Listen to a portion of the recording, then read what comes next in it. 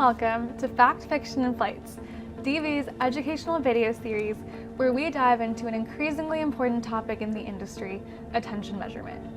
In each episode, we dive into different aspects of attention measurement through a fact or fiction lens.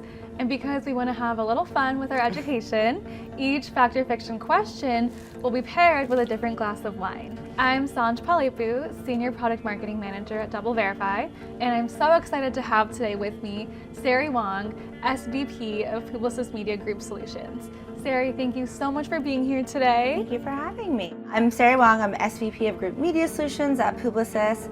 And what that really means is that I help our agency and our client leads enable new group solutions with their clients. We've bought and acquired many new tech and data solutions over the years, and as what happens with new solutions is you need to figure out if they're the right fit for your clients. So I'm there to help support them on that journey. Today's flight, we have 3 different wines. So starting off with the Sauvignon Blanc from Napa Valley, then we have an orange wine from Alsace, and I hear that's where your husband is from, so very fitting. And then finishing off, we have a full-bodied Barolo. All right, cool, so let's dive into our first glass. This is the Sauv Blanc. It's supposed to be very light and refreshing. Cheers. Cheers. That's good. Really good. So let's dive into our first question. Sari, fact or fiction? Attention metrics are actionable and correlate with key business outcomes. This is fact. I think this is actually a place where DV and the group are very much aligned. We're spending a lot of time and energy trying to change the conversation with our clients, not just to impressions and clicks and things like that anymore, but having a serious conversation about their business outcomes and their goals.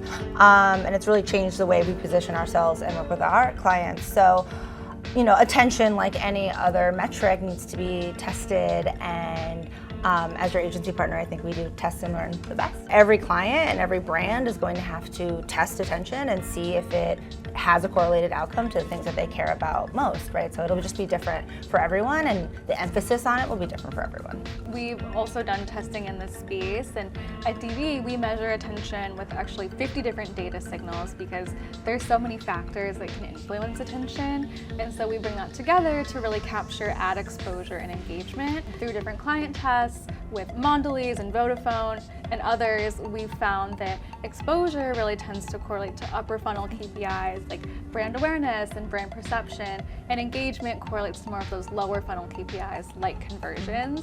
And so we found it's really helpful to make that connection between these metrics and the outcomes they're driving.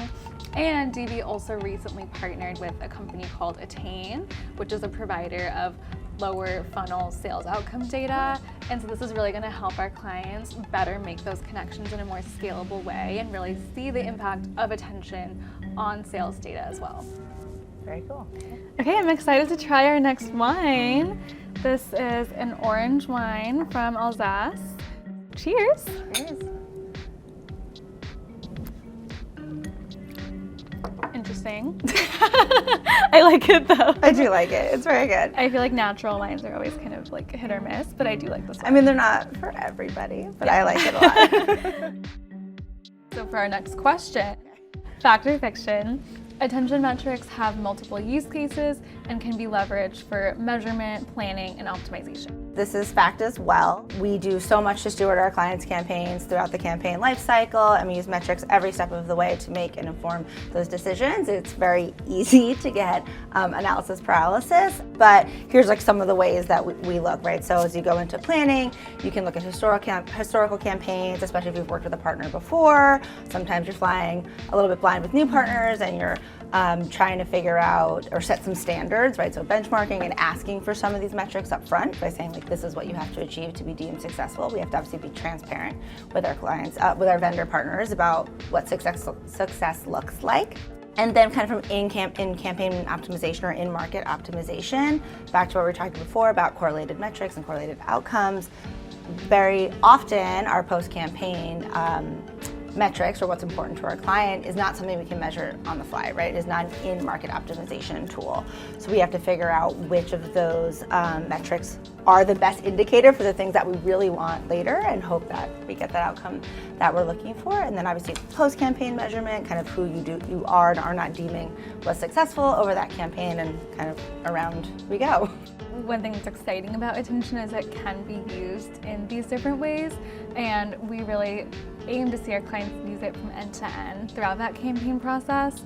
And we really encourage our clients and have seen success when our clients adopt a crawl, walk, run approach. So we always recommend starting with that always-on measurement, looking at how the campaign is performing and establishing benchmarks like you were mentioning, and then building on that to make those in-flight optimizations, whether that's in-flight in the campaign or maybe programmatically through something like a segment or dynamic activations. There's a lot of different ways that we can optimize, and then taking all of that data and using it for future learnings and planning future strategies. So it's like that continuous feedback loop and cycle that keeps going, like you said, on and on. So we're on to our last wine. This is a full-bodied Barolo. All right. Should be pretty good. I don't know if it's the lighting, but it's kind of light. I know, cheers. Oh, this is good. I know, I did say the first one was breakfast wine. This is dinner. Right, this is dinner wine for sure. It's definitely heavier. We've reached our last question. Fact or fiction? Attention metrics should be leveraged as a standalone metric and replace other forms of media strategy measurement. This is fiction.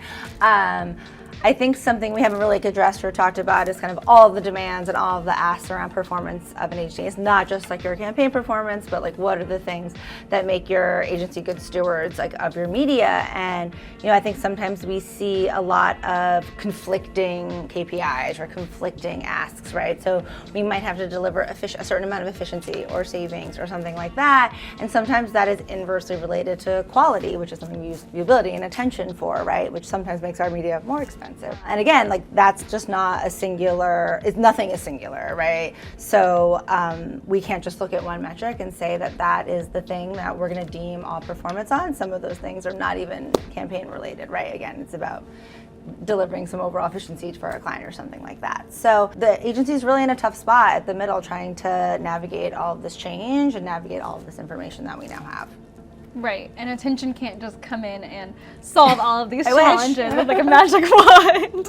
But I think what's exciting about attention is it can help us get a little bit closer, right? And it can work with all these other metrics and the different demands that, especially as an agency, you're balancing to help, again, get closer to those outcomes, which has been really the pillar of this conversation. Yeah. And I think one other thing that's been exciting recently in the industry is the emergence of AI. And you talked a lot about balancing different KPIs.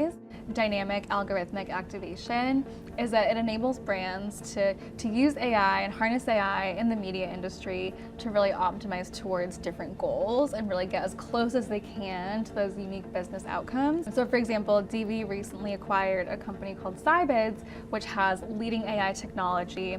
And with this, our clients can really optimize towards attention, for example, while also making sure that they're maintaining cost efficiency, because these things all matter, right? At the end of the day, attention alone isn't going to do the job, but attention and having high-performing inventory while also reaching that really strong cost-efficient inventory can really help strengthen a media buy as a whole. But you were talking about challenges and different things that clients are trying to achieve. What are some other industry challenges that are making it difficult for clients to get through the campaign workflow? Right now, we've all been in this somewhere middle of cookie deprecation, and I think that's something we're talking about a lot, right? What are the legacy measurement solutions that will and won't work post true cookie deprecation, or what are the holes today that we have? How do we action on that when we have some very real outages across the industry? So it's something that we're all gonna have to kind of figure out together. For sure, that's definitely been top of mind, and I think that's also why, as the industry is changing, we're seeing so many shifts, whether it's cookie deprecation or increased privacy regulations or audience fragmentation, content fragmentation. Yeah. There's all these things that are shifting in our industry. And so the emergence of innovative metrics like attention, like technology that's newer, like AI, like harnessing these newer forms of data and technology, I think can really help us also advance the way that we're approaching measurement and again, help our clients get to their ultimate KPIs. Yeah. All right, well, Sari, thank you so much. This has been such a great conversation. It's been so amazing having you here today. I have one final question for you, and it's the most important one. So, you ready? Okay. What was your favorite wine? I think the Barolo. Yeah, okay, Yeah. that was good. Again, I think it needs a snack, or some Yes. food, but I think it was Yeah. my favorite. So Barolo plus pasta would have been your favorite. Yeah, that would have been my favorite. Yeah. Fair assessment. Thanks for watching Fact, Fiction, and Flights. You can visit DV's YouTube channel or doubleverify.com to learn more about driving results with attention measurement.